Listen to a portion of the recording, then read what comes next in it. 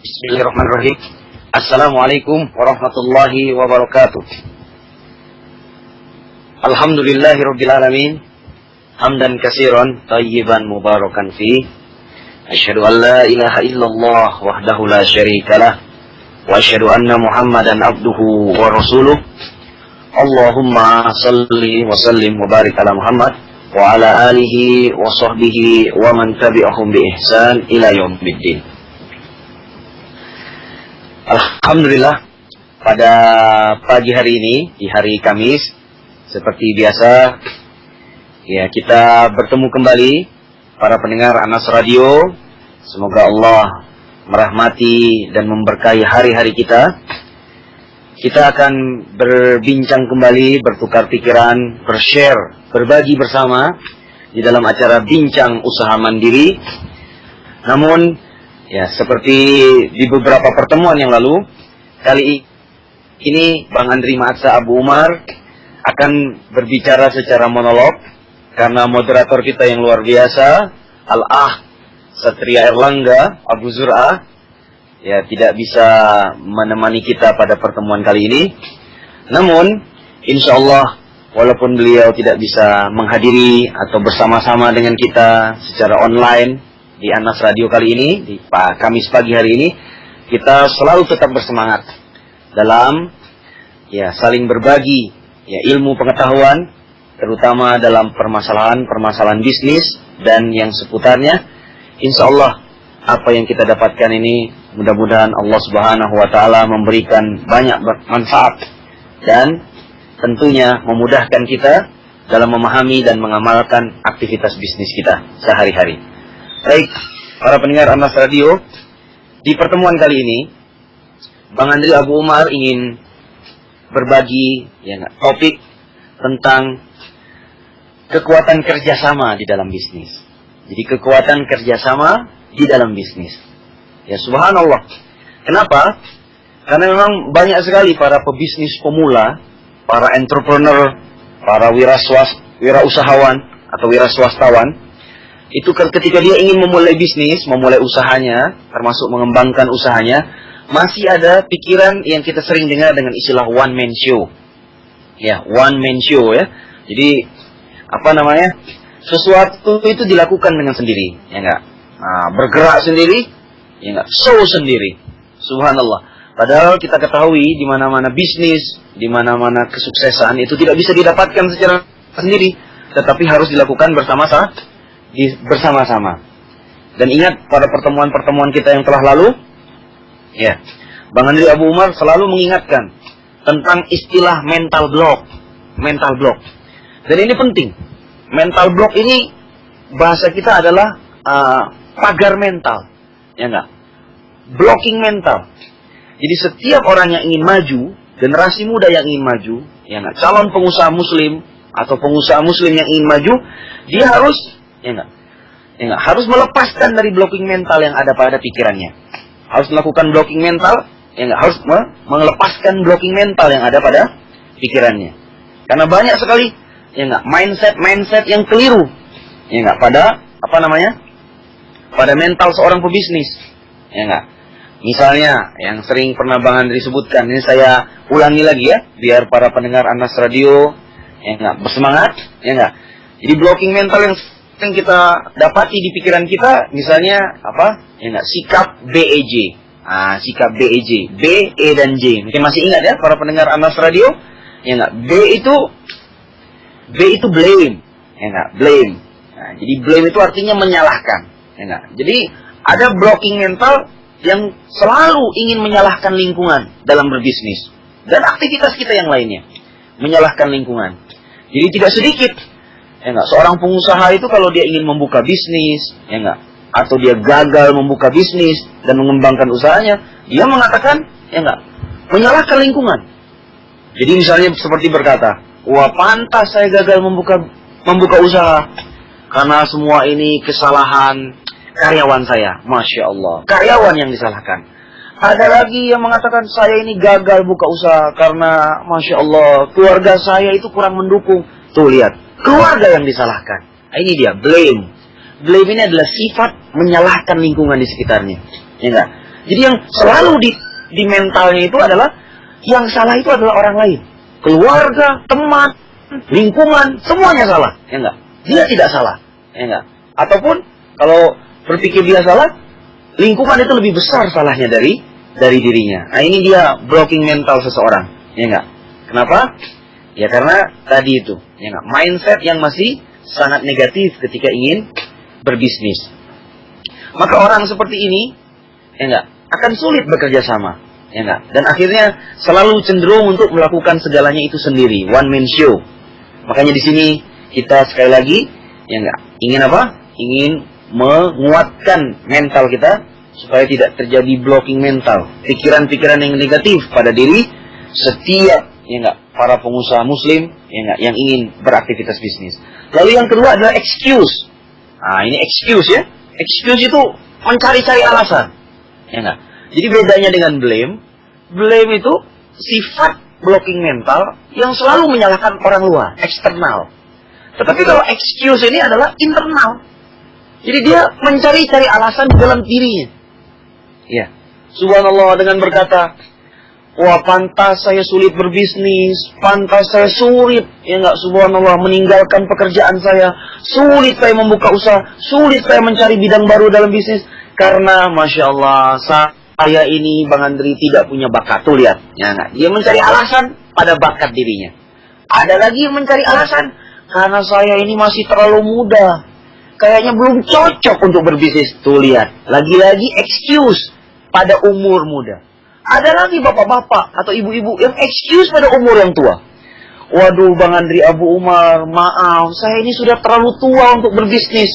Kayaknya umur 55, 60 ini kayaknya bagusnya pensiun. Udah dapat duit aja lah, kiriman duit dari anak dan cucu. Nah, excuse lagi.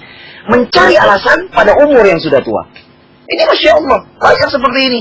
Ya enggak? Kaum muslimin, barakallahu fikum, semoga Allah memberi kita hidayah. Enggak, kehidupan kita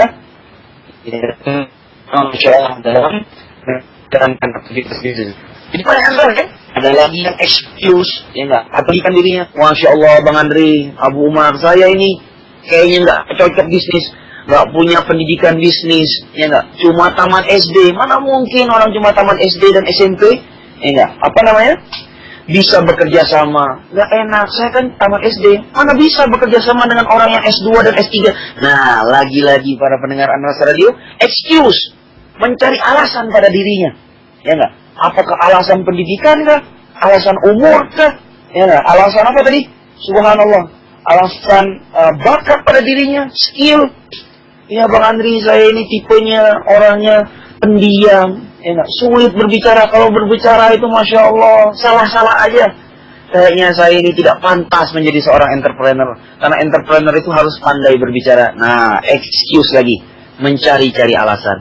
Para pendengar Anas Radio, kaum muslimin, ahlus sunnah, ya enggak, dimanapun kita berada, barakallahu fikum, semoga Allah memberi kita berkah, memberi kita hidayah dan inayah, pertolongan. Ya enggak, untuk kita semangat. Ya enggak, dalam hidup kita yang cuma sekali ini.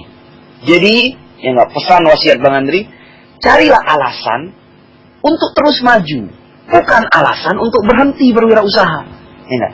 Jadi, kita boleh excuse, tapi excuse-nya untuk terus maju, jangan untuk berhenti berwirausaha. Nah, sama dengan topik hari ini, kerjasama, ya enggak, kerjasama di dalam bisnis itu penting, ya enggak? Sebab malah dengan keadaan kita, ya enggak, karena manusia itu kan tidak seluruhnya memiliki sesuatu, ya enggak? Tidak ada manusia yang betul-betul, ya enggak, dalam bisnis itu dia sempurna, ya enggak? Ada orang yang kadang-kadang dia punya modal, tetapi dia tidak punya keahlian, kan begitu? Para pendengar Anas Radio. Ada juga terkadang, ya enggak, para pebisnis pemula itu yang dia punya tenaga, modal dia tidak punya, ya enggak? Ada lagi yang punya modal, ya subhanallah, mungkin tenaga dia tidak punya. Ada yang punya tenaga, tetapi keahlian dia tidak punya. Misalnya seperti itu. Jadi, inilah gunanya kita kerjasama. Kerjasama di dalam bisnis. Ya, kita saling melakukan pertukaran. Ya, saling melakukan apa? Pertukaran supaya apa? Ya enggak, supaya kita bisa saling bisa mengambil faedah di antara kaum muslimin. Ya enggak.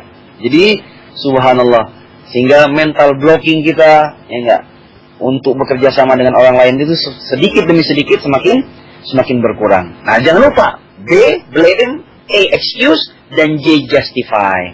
Justify itu pembenaran, ya enggak? Jadi blocking mental yang keliru itu salah satunya adalah, ya enggak, pembenaran bahwa dia ini tidak mampu, ya enggak?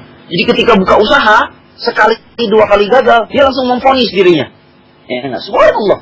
Padahal barakallahu fikum, ya enggak? Tidak ada seorang pun yang memvonis dirinya, tetapi dia memvonis dirinya. Wah, saya ini sudah 2 kali gagal membuka bisnis. Sepertinya saya ini tidak pantas, ya enggak? Tuh lihat.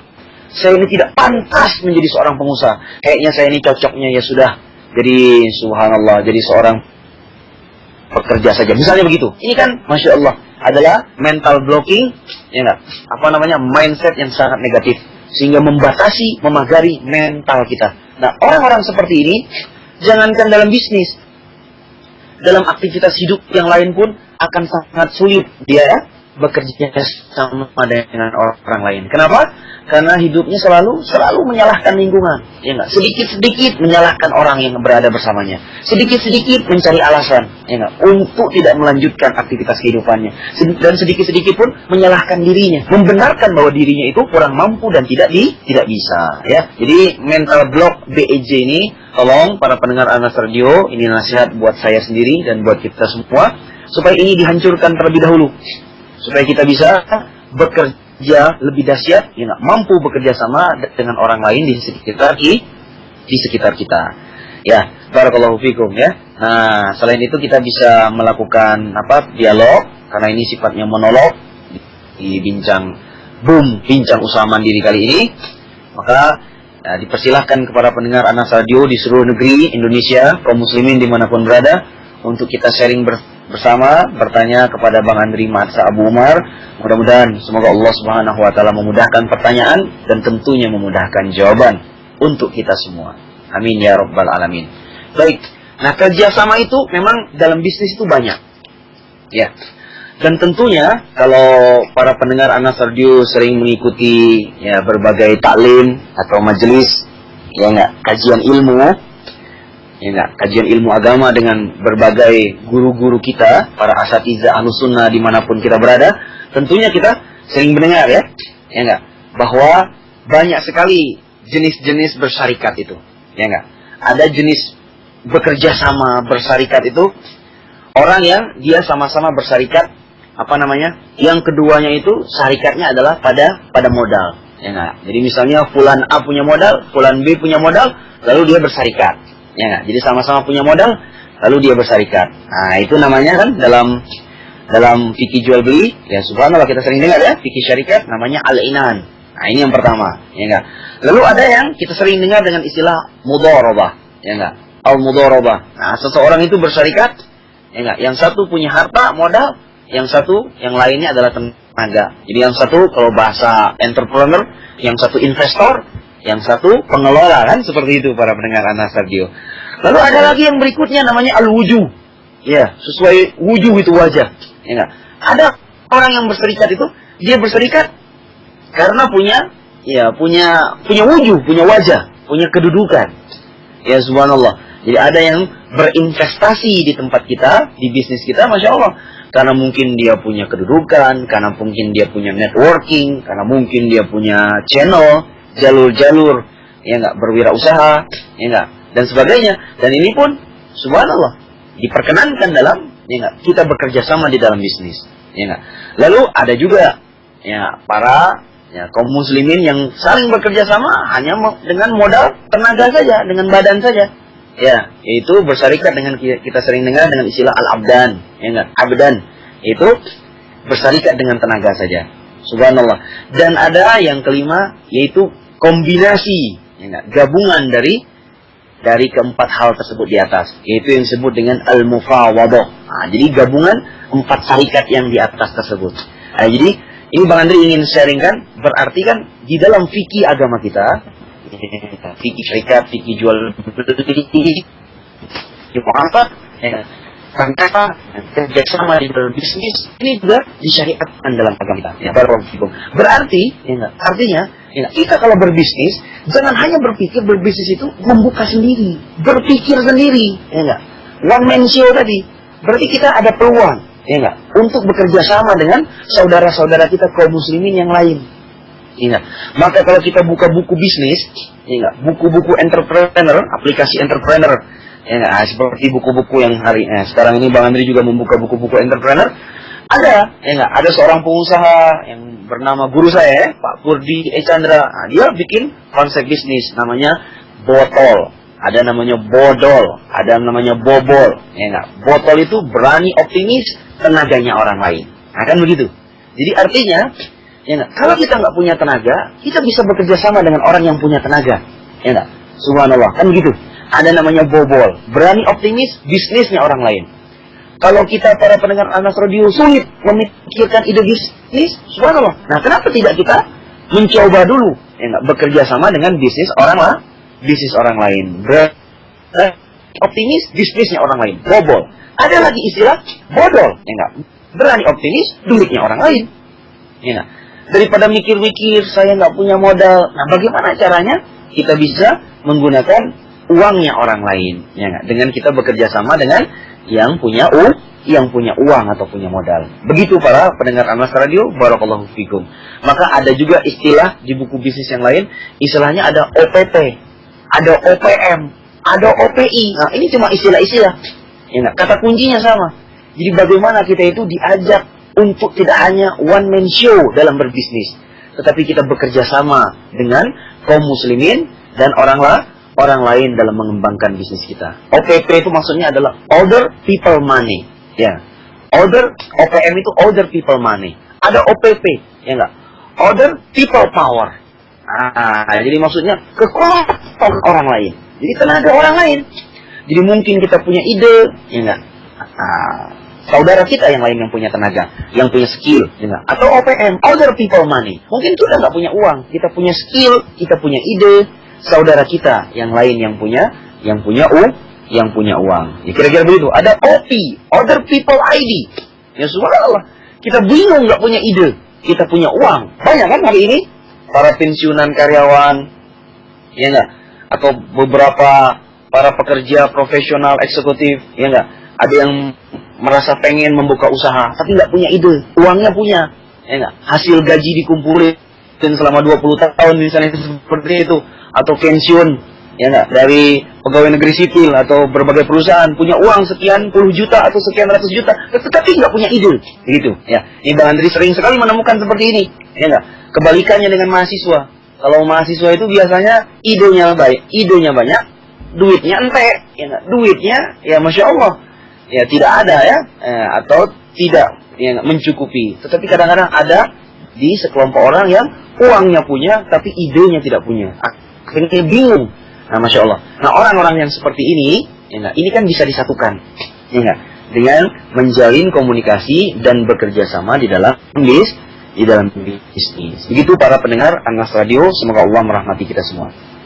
Baik, ya, ini sambil berbicara, masya Allah lumayan juga. Nah, kita coba lihat di sesi pertanyaannya, ada beberapa yang sudah siap ini menuliskan curhat-curhatnya, ya?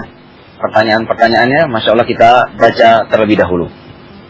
Baik, yang pertama dari Al-Ah Arid Anas di Karangasem ya. Ini pertanyaannya, saya lagi gelisah, masya Allah. Semoga Allah memberi petunjuk ya, sehingga gelisahnya itu bisa hilang. Ya, masya Allah.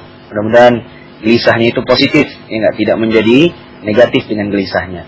Buat ninggalin kerjaan lama, buat mulai hal yang baru. Dilema katanya, masya Allah. Nah, serasa jadi pengecut. Nah, ini dia masuk dengan apa yang Bang Andri Abu Umar katakan tadi ya. Bagaimana masukannya Bang Andri? Ya barakallahu fikum. Nah, jadi coba lihat para pendengar Anas Radio, Al-Ah Arid Anas, ini kita harus berevaluasi diri ya. Jadi coba, kadang-kadang para pendengar Anas Radio, kita sendiri bisa berevaluasi pada diri kita, ya enggak? Dari apa yang kita ucapkan, apa yang kita tuliskan. Coba kita lihat dari tulisan ini saja, pertanyaan ini saja, ini ada sekitar 4 atau 5 kata negatif, ya enggak? Kata negatif ya. Ya subhanallah. Barakallahu fikum, ya enggak? Jadi dominan negatifnya daripada positifnya, ya enggak?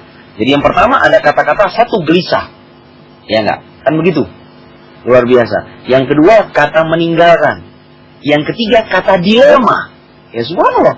Dan yang keempat kata pengecut. Nah, subhanallah, ya enggak? Subhanallah. Padahal kita dalam hidup itu kita boleh saja mengungkapkan perasaan-perasaan kita yang rada gelisah atau negatif, tetapi nah, Bang Andri Abu Umar kasih rumus. Ya. Kalau ingin berkata-kata, coba pakai teori, ya enggak? Teori roti isi namanya. Tahu teori roti isi? Teori roti isi itu kan kalau roti ada bagian rotinya, ada isinya, lalu roti lagi. Jadi kalau kita ingin berkata-kata yang seperti itu, ya enggak? Coba ditutupi dengan roti, ya enggak? Nah, kita berkata yang negatif, tapi tutupi dengan kata positif. Ya, kan begitu kan? Ya, jadi nggak jadi masalah. Ya enggak? Kita atau roti isi sekalian, pakai kata positif, diikuti dengan kata negatif, lalu masuk lagi kata positif. Ya, seperti itu. Jadi jangan, nah ini dari awal sampai akhir, ya, full menggunakan kata-kata yang negatif. Namun, ya Masya Allah, ya, Al-Arid An-Nas dari Karangan Asam, insya Allah ya, jadi perkataan saya lagi gelisah ya, dan pengecut ini tadi kan termasuk perkataan BEJ tadi, ya, blame, excuse, dan justify. Insya Allah, ya, Bang Andri sangat yakin antum bukan orang yang pengecut, ya, dan saya yakin sekali, ya, antum sendiri ragu mengatakan diri antum pengecut, ya, insya Allah pengecut itu berbeda, ya, sangat berbeda ya. Jadi yang namanya orang yang apa namanya, kalau dalam bahasa entrepreneur, orang yang disebut gagal itu sejatinya adalah orang yang dia berhenti mencoba, ya enggak? Atau dia berhenti melakukan pembukaan bisnis, ya enggak? Tanpa berani mencoba sedikit pun, ya enggak? Nah, kayaknya, ya enggak? Kalau kita coba terlebih dahulu, subhanallah, ya enggak? Kalau melakukan hal yang baru, ya enggak? Sebenarnya kalau melakukan hal yang baru, ya harus melakukan yang lama. Ya subhanallah, kan bisa juga kita melakukan sesuai kemampuan kita. Ya, banyak. Makanya ada buku-buku yang judulnya misalnya bisnis sampingan. Ada juga buku yang dikeluarkan oleh beberapa penulis, para motivator, yang dijudul pekerjaan sampingan. Enggak. Mungkin nggak enak disebut bisnis sampingan, disebutnya pekerjaan sampingan. Jadi kita tetap punya pekerjaan yang lama, enggak. Tapi kita mulai coba-coba pekerjaan yang baru. Karena mungkin ada kekhawatiran, misalnya seperti itu. Dia belum siap untuk meninggalkan pekerjaan yang lama. Ini pun solusi dan ini tidak jadi masalah. Dan ini bukan aib ya. Kita masih di pekerjaan yang lama, tapi kita mencoba mulai dengan pekerjaan-pekerjaan yang baru. Atau dalam bahasa kita memulai bisnis-bisnis sampingan yang baru. Ya. Dan ini banyak dilakukan oleh para entrepreneur. Ya, banyak dilakukan oleh para entrepreneur. Jadi ketika bisnis yang sampingannya mulai agak menanjak, ya, mulai terasa, subhanallah, lebih konsisten dan istiqomah, nah baru dia meninggalkan pekerjaannya yang lama. Dan yang seperti ini tidak disebut pengecut. Ya, saudaraku ya, semoga Allah memberkahi kita. Kita harus tetap semangat. Ya, dan ini tidak akan jadi dilema selama kita punya solusi. Dan tentunya agama kita Islam punya solusi pada semua permasalahan hidup, insya Allah. Yakin dan selalu yakin. Baik, yang berikutnya Al-Ah Rian dari Jakarta Timur. Iya. Wah, ini saran ya, Masya Allah. Jadi sarannya, ya, Bang Andri coba buat talk show off air di Jakarta, biar kami di sini langsung mengambil faedah dari Bang Andri. Barakallahu fikum. Tak lengkap nampaknya bila tak bertatap muka. Walhamdulillahirabbil alamin. Ya, tentunya ya, Ana sendiri, ya Bang Andri sendiri tentu menginginkan hal tersebut ya. Ya subhanallah. Karena ya alhamdulillah kita memahami sekali. Ya, komunikasi tatap muka itu, ya, dalam ilmu komunikasi, ya, hasil dan feedbacknya jauh berbeda. Ya, dan dia punya karakter tersendiri dibandingkan komunikasi yang tidak tatap muka. Ya sama dengan kita menuntut ilmu ya, saudara-saudaraku, ya, ikhwan dimanapun kita berada. Tentu kalau kita menuntut ilmu agama, ya enggak, beda dengan cuma mendengar rekaman, ya enggak, rekaman aja seumur hidup, ya enggak. Ada lagi yang mendengarkan ya secara online seperti ini, ya enggak, seumur hidup mendengarkan online seperti ini, ya enggak. Tidak pernah ketemu dengan syekhnya, tidak pernah ketemu dengan ustadznya, dengan gurunya, ya enggak. Dengan yang Orang yang menuntut ilmu, dia bermajelis langsung dengan gurunya, tentu itu berbeda, ya nggak? Dan keutamaannya juga berbeda. Masya Allah. Insya Allah, mudah-mudahan di waktu yang akan datang, keluarga besar Anas Radio, dan tentunya dengan Bang Andri Marsa Abu Umar, kita akan bermujahadah untuk segera, sesuai kemampuan kita, merealisasikan talk show, atau apalah namanya, training, ya nggak? Seminar, dan yang sejenisnya, ya subhanallah, secara off air di Jakarta dan mungkin di tempat-tempat yang memungkinkan untuk kita membuat hal tersebut. Insya Allah kita akan berbagi lebih banyak, ya enggak, di luar dari acara on air seperti ini. Alhamdulillahirabbil alamin. Baik, yang berikutnya ini Al-Ah Abu Khalid di Cipayung. Ya Masya Allah. Ini Bang Andri katanya, saya mau cari karyawan untuk menjadi programmer. Ya, apakah Bang Andri punya tips lebih efektif lewat mana untuk mencari pekerja? Dan saya belum punya pengalaman untuk menginterview pekerja.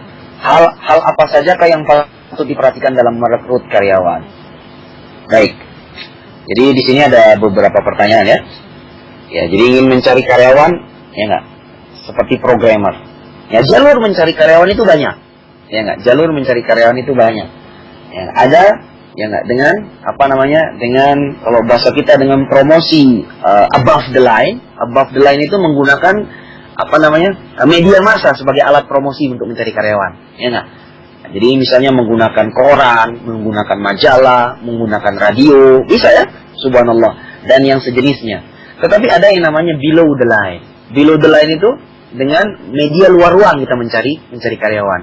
Dengan misalnya kita tempel pamflet, ya enggak, di pasar-pasar, kita bikin spanduk, ya enggak, di simpang-simpang, ya enggak, atau kita, Masya Allah, kita tempel brosur-brosur, kita bagi brosur-brosur misalnya, subhanallah. Ya, setelah para, ya enggak, kaum muslimin keluar dari sholat Jumat, ya enggak, di berbagai masjid, titik-titik utama, ya banyak kita lihat kan, ya enggak, subhanallah, apa namanya, penyebaran brosur. Dan semuanya itu efektif tergantung dari jenis dan target karyawan yang kita cari. Kan begitu kira-kira para pendengar Anas Radio. Jadi itu jawabannya. Mana yang lebih efektif itu? Ya enggak, tergantung dari jenis karyawan yang kita cari. Karena semua jalur, ya enggak, jalur promosi itu punya kelebihan dan punya kekurangan. Ya enggak? Nah, kalau kita mencari di media massa seperti radio atau koran dan yang sejenisnya, memang akan banyak, ya enggak, apa Masya Allah, calon-calon pekerja, pengangguran, bahkan dari kampung-kampung, ya enggak, dari berbagai kota dan sudut kampung akan datang, akan menelpon kita.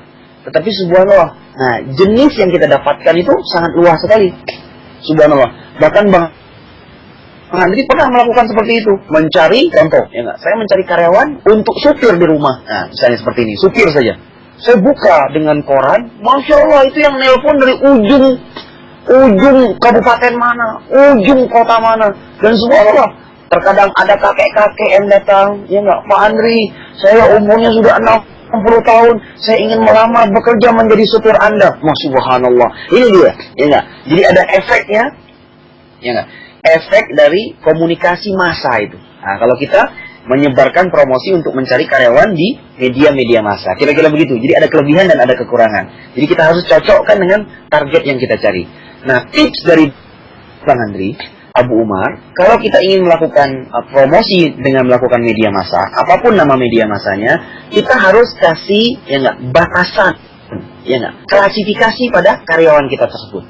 Ya, itu ceritanya. Apakah klasifikasi pada statusnya, apa klasifikasi pada usianya, apa klasifikasi pada, ya enggak, pengalaman kerjanya dan yang sejenisnya. Jadi itu yang membatasi. Insya Allah itu lebih mudah. Insya Allah itu lebih mudah. Misalnya kita mencari supir. Nah, ini contohnya saja. Supir, ya enggak, saya mencari supir batas umur 25 tahun sampai 35 tahun. Kan begitu. Yang kedua, belum berkeluarga. Yang ketiga, sudah pengalaman menjadi supir selama 5 tahun. Nah, itu. Ya, Abu Khalid di Cipayung, benar-benar bermanfaat. Nah, lalu pertanyaan berikut, bagaimana pengalaman menginterview karena belum punya pengalaman? Nah, soal menginterview ini, subhanallah, tekniknya banyak ya. Jadi kita para pendengar Anas Radio, kita bisa melakukan interview itu dengan pihak ketiga. Ya enggak? Subhanallah. Kan tadi kan? Jadi kita itu setiap kita ingin melakukan bisnis, ingat, jangan sekali-kali cuma berpikir itu hanya one man show saja. Pokoknya saya semuanya, saya ngurusin semuanya, jangan. Ya enggak? Bahkan menginterview, melakukan wawancara itu bisa orang lain. Ya enggak? Kita bisa meng-hire orang, ya subhanallah ya. Kita bisa meng-hire saudara kita, atau kita punya kerabat yang sudah pengalaman di dunia kerja, ya enggak? Atau kalau kita punya sedikit modal, kita bisa hire konsultan sumber daya manusia untuk membantu menginterview pekerjaan antum. Ya subhanallah, kira-kira begitu, ya enggak? Nah, ya kan? Jadi bisa menginterview pekerja itu dengan pihak ketiga. Jadi ada lagi istilah other people, ya enggak? Ya enggak? Other people apa tadi? Power. Jadi tenaga, ya enggak? Orang lain untuk menginterview calon pekerja kita. Dan itu tidak jadi masalah, no problem, ya enggak? Dan insya Allah kita saling membantu di antara kaum muslimin bila kita tidak mampu menginterview calon-calon pekerja kita. Kan begitu. Ya kan begitu ya, Masya Allah. Dan Bang Andri pun di Bandung dan di berbagai tempat, ya saya sering ya diminta oleh beberapa perusahaan, ya enggak, untuk menginterview para pekerja mereka, ya enggak. Jadi ada perusahaan telekomunikasi, ya enggak, mengundang saya untuk menginterview calon manajer humas mereka, ya enggak. Bahkan ada sebuah perusahaan, ya enggak, pemerintah daerah mengundang saya untuk menginterview. Ya enggak, menginterview calon karyawan mereka, misalnya di bagian protokoler atau di bagian humas, ya enggak. Jadi para perusahaan itu bisa meminta orang di luar perusahaan mereka untuk menginterview pekerja. Ingat ya, Masya Allah, jangan selalu berpikir one man show. Selalulah bekerja sama di antara kaum muslimin, ya enggak. Jadi saling berbagi dan saling bermanfaat untuk sesama. Kira-kira begitu. Jadi hal-hal apa saja yang patut diperhatikan dalam merekrut karyawan, Bang? Ya ini tadi ya yang harus kita perhatikan. Ya tentu, ya subhanallah, biasanya alat tukar dalam bisnis, ya enggak. Yang pertama itu yang harus kita perhatikan adalah yang pertama tentu target dari pekerjaan kita.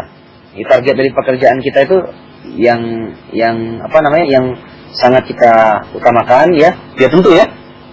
Kita bicara ini dalam hal skill di sini. Ya tentu skillnya. Makanya skillnya itu harus betul-betul kita batasi terlebih dahulu. Ya, kita inginkan programmer itu seperti ini dan ini. Ya enggak. Kalau perlu disebutkan dia punya keahlian A, B, C, D. Ya, kan begitu ya, subhanallah. Ya enggak. Jadi kalau misalnya tadi Bang Andri tadi supir tadi, ya enggak, dia harus bisa menyupir, ya enggak, segala jenis kendaraan misalnya gitu. Atau dia punya pengalaman, ya enggak, khusus kita sebutkan secara khusus keahliannya, ya enggak. Punya pengalaman, ya enggak, karena misalnya mobilnya sedan, ya enggak, punya pengalaman 3 tahun menyupir kendaraan sedan, misalnya seperti itu, dan itu tidak jadi masalah, ya, tidak jadi masalah. Atau lebih khusus lagi, ya enggak, dia memang pernah menjadi supir pribadi seseorang selama 2 tahun minimal, misalnya seperti itu, dan itu pun tidak jadi masalah. Kita batasi pada skillnya, ya enggak. Lalu yang berikutnya kita batasi mungkin pada waktunya, ya, kita batasi pada waktu. Ya enggak? Jadi waktu ini artinya tuh kemandirian. Karena mungkin ada orang yang bekerja di tempat kita itu dia kerjanya sampingan. Ternyata dia punya pekerjaan di tempat yang lain. Ya enggak? Nah, apakah itu menjadi hal-hal yang penting bagi Al-Ah Abu Khalid? Nah, ini Bang Andri tidak tahu kan? Ya, jadi kita yang tahu tentang pekerjaan kita, tentang karyawan kita sendiri. Jadi ini tolong diperhatikan. Ya enggak? Tapi subhanallah, kalau kita mendapatkan yang mandiri, ya enggak? Tentu pendapatan, keuangan itu jauh lebih besar daripada kita membayar karyawan yang kerjanya sampingan, ya enggak, yang sifatnya shift-shiftan atau waktu-waktu yang lebih pendek. Ya kan kira-kira begitu. Barakallahu fikum. Jadi waktu tentu selain keahlian adalah waktu. Ya. Lalu yang berikutnya adalah pengalaman. Ya, karena subhanallah, pengalaman itu adalah guru yang baik bagi seseorang, ya. Maksudnya itu jadi bahan pelajaran. Tentu orang yang sudah berpengalaman menjadi programmer, ya enggak, minimal untuk dirinya, atau sudah pernah bekerja di tempat orang, ya enggak, ini tentu, ya enggak, subhanallah, pengalamannya akan menjadi bahan pelajaran yang baik untuk perusahaan kita. Walaupun di sudut pandang yang lain akan menjadi satu sisi kelemahan. Karena kalau dia sudah bekerja di tempat yang lain, dia akan membanding-bandingkan tempat pekerjaan, membanding-bandingkan gaji. Saya di sana gajinya sekian juta, masa di sini kerjanya sama gajinya cuma setengahnya. Ini mungkin jadi hal-hal yang patut diperhatikan dalam merekrut karyawan. Kira-kira begitu Al-Ah Abu Khalid. nanti sisanya boleh ditanyakan kembali. Jazakallahu khairan wa jazakallahu khairan. Ya nggak?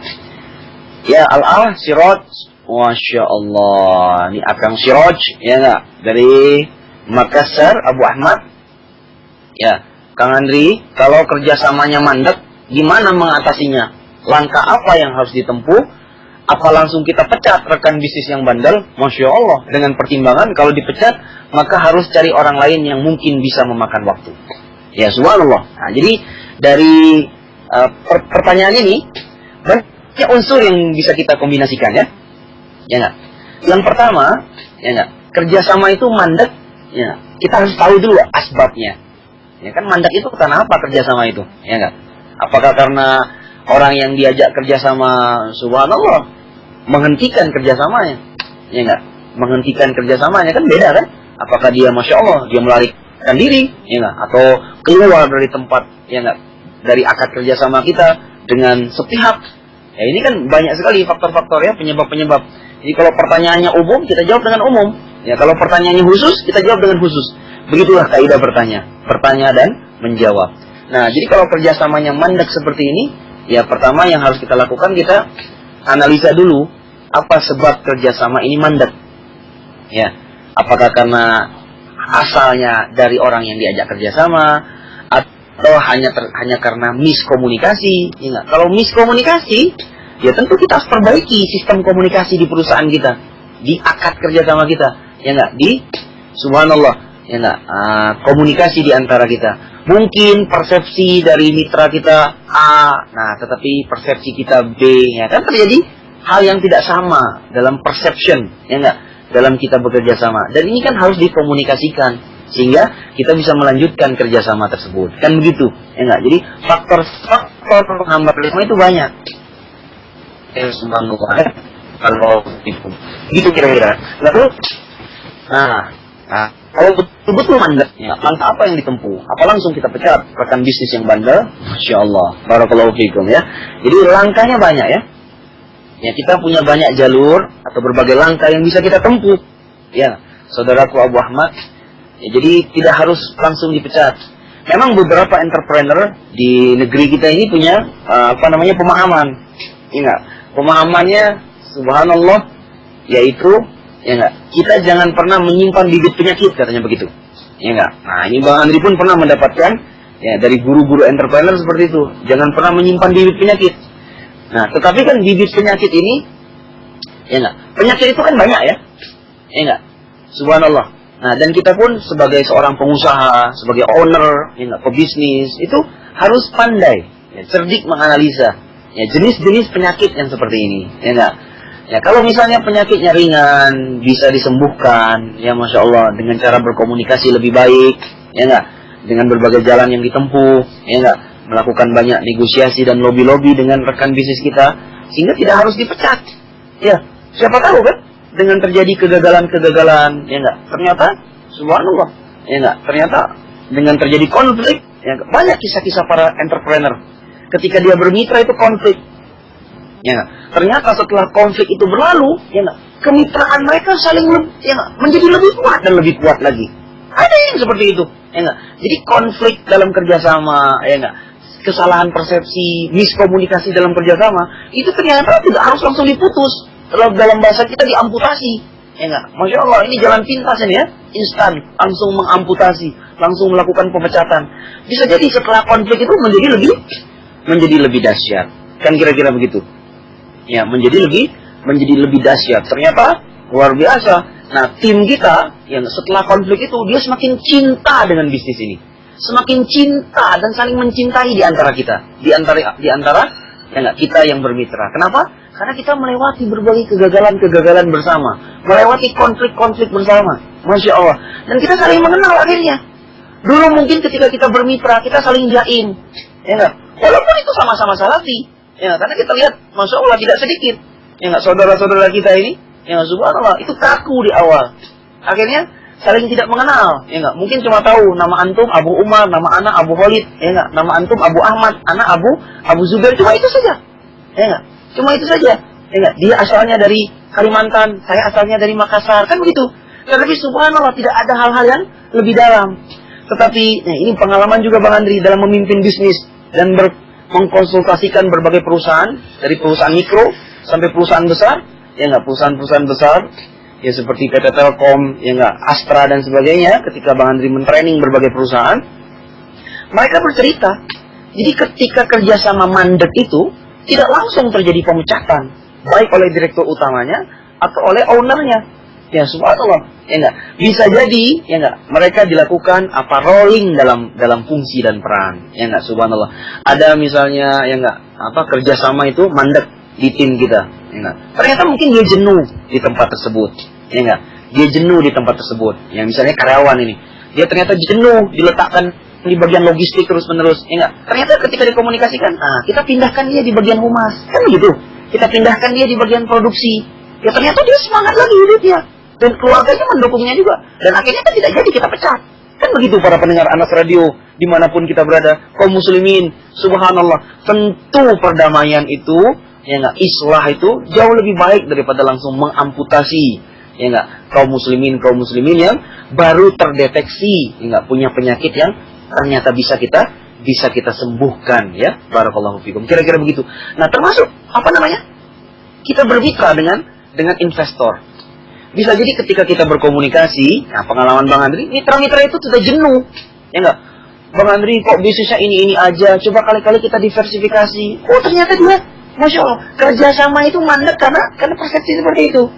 Oh saya ini sudah bisnis, Mas Andri, Masya Allah, Abu Umar, ya enggak, Bang Andri, masa kita donat aja, ya enggak? Coba kita ganti, jangan donat atau bakwan kali-kali. Nah ternyata donatnya kita tutup, kita ganti bisnis bakwan dan bisnis empek-empek.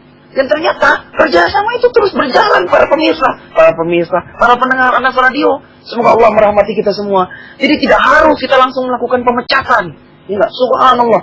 Di mana-mana terjadi pemecatan, ya enggak, amputasi itu, ya enggak, akibat yang lebih besarnya adalah kesakit hatian, ya enggak, penderitaan yang sulit, ya enggak, atau lama untuk disembuhkan dari hati-hati kaum muslimin. Sebaiknya jalan seperti ini, ya enggak, adalah jalan terakhir, ya enggak, dan subhanallah, hal-hal yang nggak bisa kita tempuh jalan yang lebih baik. Begitu saudaraku yang tercinta, Sirajuddin Abu Ahmad Al-Makassari, hafizahullah ta'ala. Begitu kira-kira ya. Mudah-mudahan jalan perdamaian dan banyak jalan-jalan keluar yang lain, solusi di dalam agama kita yang indah ini. Baik ya, begitu ya.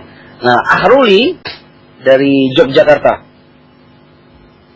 Nah, ini ada pertanyaan, Ahruli dari Yogyakarta. Usaha anak banyak, walhamdulillah. Tapi masih mau berkembang semua. Dari bisnis tiket, ya enggak, pembuatan website, toko online, Masya Allah. Apakah harus fokus satu usaha saja atau bagaimana? Ya, atau bisa dijalankan semua? Ada solusinya enggak, Bang? Ya, walhamdulillah, Ahruli di Yogyakarta. Semoga Allah merahmati antum dan keluarga. Jadi, ya enggak, jawabannya dua-duanya bisa ya. Dua-duanya bisa. Jadi fokus satu usaha bisa, menjalankan semuanya juga bisa. Kalau jawabannya hanya sekedar bisa dan tidak bisa. Jawabannya bisa. Hanya memang dalam ilmu kewirausahaan yang kita pelajari secara aplikasi dan begitu juga buku-buku akademik tentang kewirausahaan, ya enggak, fokus itu adalah syarat dalam berbisnis. Ya enggak. Kenapa? Karena tentu kita konsentrasi di satu jenis usaha, itu hasilnya, ya enggak, dan konsentrasi kita akan jauh lebih baik. Ya enggak? Subhanallah, daripada kita melakukan hal-hal yang lain secara bersamaan. Ya enggak? Kecuali ada beberapa hal yang harus dipertimbangkan. Yang pertama, ya enggak, usaha kita itu, Al-Ahruli di Yogyakarta dan para pendengar Anas Radio, usaha kita itu lininya sama. Jadi jalur bisnisnya sama. Jadi kalau misalnya dia makanan, sama-sama makanan. Ya enggak? Jadi kita enak berkonsentrasinya. Misalnya kita tadinya buka usaha itu empek-empek, ya enggak, empek-empek di tempat itu, misalnya di tempat kita berada, ya enggak. Tetapi kita coba kita buka siomay. Jadi setelah itu kita buka produk siomay. Itu masih nyambung. Ya. Tetapi kalau misalnya kita jual pempek lalu kita pengen buka warnet, ini subhanallah, ini sudah diversifikasinya berbeda. Ya enggak? Atau tadinya pempek, tiba-tiba sebelahnya mau buka ternak ayam atau ternak sapi. Wah, Masya Allah, ini betul-betul jauh berbeda. Ya, begitu ya para pendengar Anas Radio. Jadi yang pertama yang harus diperhatikan, lini bisnisnya itu sama. Lini bisnis itu sama. Dan itu banyak sekali perusahaan yang berkonsultasi bisnis dengan Bang Andri, yang alhamdulillah kalau lini bisnisnya sama itu bisa dilanjutkan, dan alhamdulillah mereka pun sukses menjalankan lini bisnis tersebut. Nah, tetapi kalau lini bisnisnya berbeda, nah kalau berbeda ya, ingin dijalankan juga tetap, berarti ya enggak, materi hari inilah yang harus kita praktekkan, yaitu kerjasama, ya enggak, dengan melakukan other people power, dengan melakukan kerjasama dengan orang lain, ya enggak, karena kita kan tidak bisa semuanya, ya enggak, minimal yang jaganya bukan kita, ya enggak, atau kalau kita mau bikin tadi siomay, apakah kita bisa bikin siomay, ya enggak, subhanallah, apakah kita bisa meraciknya, kan begitu, membuatnya yang lebih enak, ya enggak, daripada siomay-siomay yang biasa misalnya seperti itu. Jadi, ya ini yang harus diperhatikan. Tetapi kalau Bang Andri lihat dari pertanyaan Ruli di Yogyakarta ini, ya, memang dia masih masih memungkinkan disebut satu lini, ya, karena kan ini bisnisnya satu pembuatan website, ya enggak, satu toko online, ya enggak, nah, ini masih satu lini ya, ini bisnis dunia maya. Jadi kalau misalnya bisa disatukan, ya enggak, dia membuat toko online di internet, ya enggak, di mana salah satu ya enggak, jasanya adalah ya pembuatan website, ya enggak, itu sebenarnya enggak jadi masalah, bisa kita lakukan secara bersamaan. Begitu juga dengan bisnis tiket, karena tiket sekarang masya Allah hari ini bisnis tiket pun dilakukan dengan cara online, dan itu tidak sedikit, ya enggak, banyak sekali, bahkan mahasiswa hari ini, ya enggak, saya pernah mentraining beberapa kalangan mahasiswa, ya mereka juga sambil jadi mahasiswa, subhanallah, ya enggak, mereka pegang laptop di kelasnya. Ternyata saya tanya, ya enggak, ini salah satu subhanallah, ya murid training kita juga di kampus di Bandung, ya enggak, dia ternyata masya Allah melakukan bisnis tiketing, ya enggak, tiket online, ya enggak, subhanallah, dengan hanya bermodalkan laptop saja, ya enggak, dan printer di sebelahnya, kira-kira begitu, subhanallah, barakallahu fikum. Jadi tidak menjadi masalah, ya enggak, bisnis tiket ini bisa kita selaraskan dengan tadi website dan toko online, kira-kira begitu, kecuali agak jauh berbeda. Insya Allah solusinya bisa dijalankan bersama. Namun tolong diperhatikan hal yang berikutnya adalah masalah, ya enggak, masalah pekerjaan Ruli ya.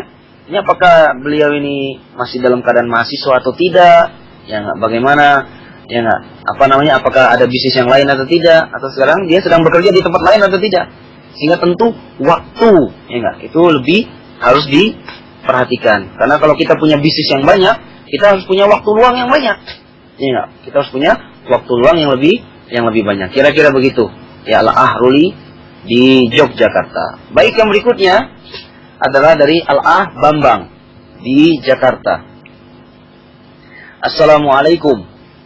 Waalaikumsalam warahmatullahi wabarakatuh. Saya mau bertanya, bagaimana mindset dan sikap mental bagi orang yang baru merintis bisnis, dan bagaimana membangun network di bidang marketing untuk produk sendiri. Jazakallah khair. Ya, wa iyyakum. Baik ya. Jadi Bambang, Pak Bambang ini di Jakarta. Nah, bagaimana mindset dan sikap mental bagi orang yang baru merintis bisnis? Nah, dulu di pertemuan bincang usaha mandiri yang telah lalu, Bang Andri Abu Umar pernah menyebutkan ada 5 mitos bisnis orang yang ingin memulai usaha. Ya enggak? Mitos bisnis itu yang pertama adalah mitos nasib. Ya enggak? Masya Allah. Ya, jadi seorang entrepreneur yang ketika baru merintis bisnis harus punya, ya enggak, subhanallah, mindset yang baik ya. Karena biasanya begitu para pebisnis pemula itu. Ya enggak? Masih ada pikiran-pikiran masa lalu. Ya enggak? Nah, apakah tadi kan? Ya enggak? Apakah soal keturunan? Ya enggak? Apakah soal kemiskinan? Ya enggak? Wah, Masya Allah, kami ini asalnya dari keluarga miskin. Apakah keluarga miskin itu bisa sukses? Kayaknya saya ini darahnya itu bukan darah pengusaha. Masya Allah. Padahal darah itu semuanya sama. Ya enggak? Darah itu merah semuanya. Ya, semuanya enggak ada istilah darah pengusaha, darah pejabat, itu enggak ada ya. Masya Allah. Darah kita sama semuanya, dan semuanya bisa menjadi apapun, ya enggak? If you think you can, you can. Jika dia berpikir dia bisa, dia pasti bisa. Insya Allah, dengan pertolongan Allah, dengan izin Allah Subhanahu wa Ta'ala. Kira-kira begitu. Ini mindset. Lalu mindset yang pertama, yang kedua setelah nasib ini, mindset kegagalan. Nah, karena biasanya orang yang baru merintis bisnis namanya juga baru, ya nggak? Berarti kan belum pernah gagal, ya nggak? Atau ya subhanallah, atau apa namanya, dia tidak pernah melihat atau mengetahui, mengenal yang namanya kegagalan. Jadi kegagalan ini yang harus dijaga, Pak Bambang ya, Al-Ah Bambang di Jakarta. Jadi kita, ya nggak, harus merubah mindset gagal kita. Jadi para entrepreneur itu dia harus berani gagal, ya nggak? Harus berani gagal. Jangan cuma berani sukses, ya nggak? Jadi ada orang ini, ya nggak, apa namanya, pengennya berani sukses, tapi takut gagal. Ini nggak bisa, karena dia itu satu paket, ya nggak. Gagal itu satu paket dengan kesuksesan. Jadi kalau mau beli sukses, juga harus beli gagal. Kira-kira begitu, ya nggak. Makanya berani gagal ini harus ya nggak, harus ditanamkan dalam mindset kita sebagai orang-orang yang baru merintis bisnis, ya nggak. Subhanallah. Kira-kira begitu ya. Lalu yang berikutnya, mitos-mitos yang awal itu mitos pendidikan dan keahlian. Ya enggak? Nah, jadi nanti bila kita baru merintis bisnis, biasanya kita terganggu. Ya enggak? Yakin enggak saya ya? Saya ini kan belum punya pengalaman. Ya enggak? Apakah saya bisa berbisnis? Nah, ini dia kan? Ya enggak? Saya kan pendidikannya rendah. Saya kalau punya pendidikannya rendah, apakah saya yakin enggak bisnis? Saya cuma tamat SD atau SMP. Kayaknya bisa enggak ya bisnis saya ini? Masya Allah besar. Pendidikan saya kan rendah. Nah, ini mitos-mitos seperti ini yang harus kita jaga. Lalu yang berikutnya, mitos usia. Ya enggak? Nah, mitos usia. Dan yang terakhir adalah mitos, apa namanya, yang terakhir itu adalah mitos kesehatan. Ya, jadi ini 5 mitos yang memang sering ada di ya orang-orang yang baru merintis bisnis. Ya. Lalu bagaimana membangun network untuk di bidang marketing, untuk produk sendiri. Ya, Masya Allah. Jadi network ini jaringan cara apa ya? Yang jadi bisa kita menggunakan networknya orang lain, bisa juga dengan kita membangun komunitas ini. Ya, membangun komunitas kita sendiri. Nah, bagaimana caranya? Pak Bambang dari Jakarta, ya Allah Bambang dari Jakarta. Caranya coba kita harus melakukan analisa marketing dulu terhadap produk kita. Kan begitu kan? Ya enggak? Jadi kemarin Bang Andi sudah sebutkan materi-materi ya, ada namanya mind share, ada market share, ada herd share. Ya, nah. Yang pertama harus kita analisa adalah mind share-nya terlebih dahulu. Ya, nah. Jadi STP namanya, segmentasi, targeting, positioning. Jadi segmentasi, produk kita itu segmennya untuk orang mana? Ya nggak? Jadi produk kita sabun misalnya, sabun kita itu untuk kelas apa? Untuk sabun anak-anak kah? Sabun ibu-ibu kah? Ya nggak? Sabun apa? Sabun keluarga kah namanya? Ya nggak? Sabun kaum wanita kah? Nah ini kan ada segmentasinya dan tentu berbeda. Ya nggak? Tentu berbeda komunitas, network kalangan ibu-ibu rumah tangga dengan network untuk anak-anak. Beda juga yang pekerja dengan yang tidak bekerja. Beda juga yang di kota dengan di desa. Kan kira-kira begitu. Ya nggak? Jadi apa namanya? Kita harus tahu dulu analisa, ya nggak? Segmen, target dan positioning dari produk kita. Ya, itu kelas-kelasnya. Ya nggak? Kira-kira begitu. Lalu yang berikutnya diferensiasi dari produk kita. Ya nggak? Karena diferensiasi ini akan memudahkan kita membangun network, ya enggak? Ternyata produk kita ini ternyata memang cocoknya di kalangan mahasiswa. Berarti kita harus mendekati network kalangan mahasiswa, ya enggak? Kita membuka, ya enggak, komunitas di kalangan mahasiswa, ya enggak? Kita mencoba menghubungi, berkomunikasi dengan berbagai komunitas di kalangan mahasiswa, ya enggak? Subhanallah. Ya kita bukan website yang cocok untuk kalangan mahasiswa, kan kira-kira begitu. Jadi ini sesuai dengan apa namanya, ya enggak, keadaan analisa marketing produk tersebut. Jadi tidak bisa sembarangan. Karena kalau ternyata salah, ternyata produk itu segmennya, targetnya untuk mahasiswa, kita buka network di perumahan mewah di Jakarta, misalnya seperti itu. Wah, bisa kacau, tidak ada yang beli produk kita tersebut. Kenapa? Karena network dan jaringannya berbeda, bahkan saling bertentangan.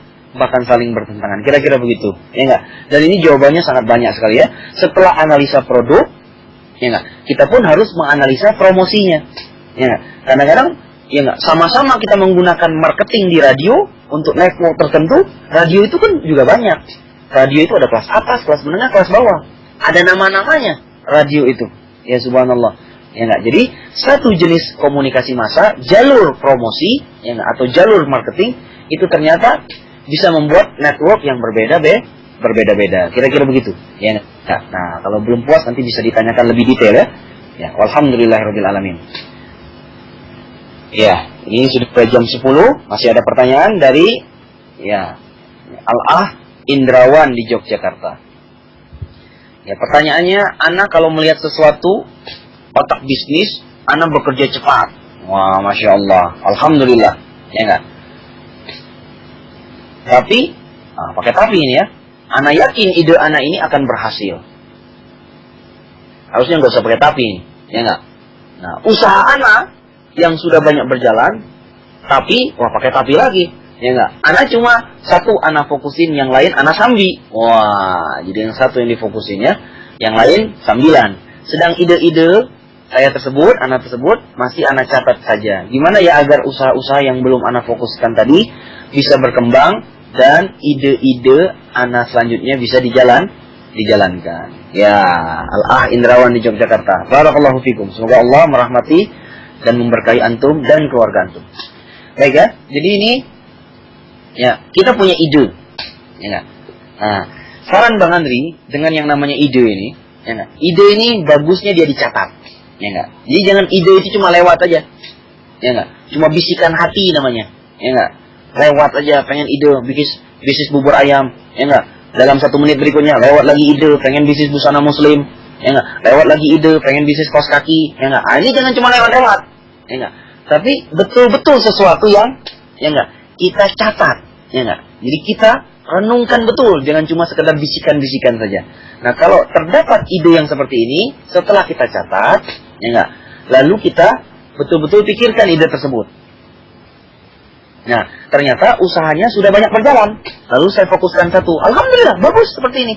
Nah, sedangkan ide-ide yang lain yang Ana catat, ya Masya Allah, bagaimana bisa kita kembangkan? Nah, kalau soal dia bisa berkembang atau tidak, dia banyak sekali faktor yang mempengaruhinya. Ya enggak? Faktor yang pertama, ya enggak? Apakah bisnis yang kita fokuskan itu tadi kan punya jalur yang sama dengan ide-ide kita yang lain? Ya. Jangan-jangan kita bisnisnya tadi ternak ayam, kita punya ide, Masya Allah, bikin bisnis properti. Ya enggak? Ah, ini kan agak jauh. Subhanallah. Jadi menyambungkannya itu butuh ide yang lainnya. Kan kira-kira begitu jawabannya ya, para pendengar Anas Radio.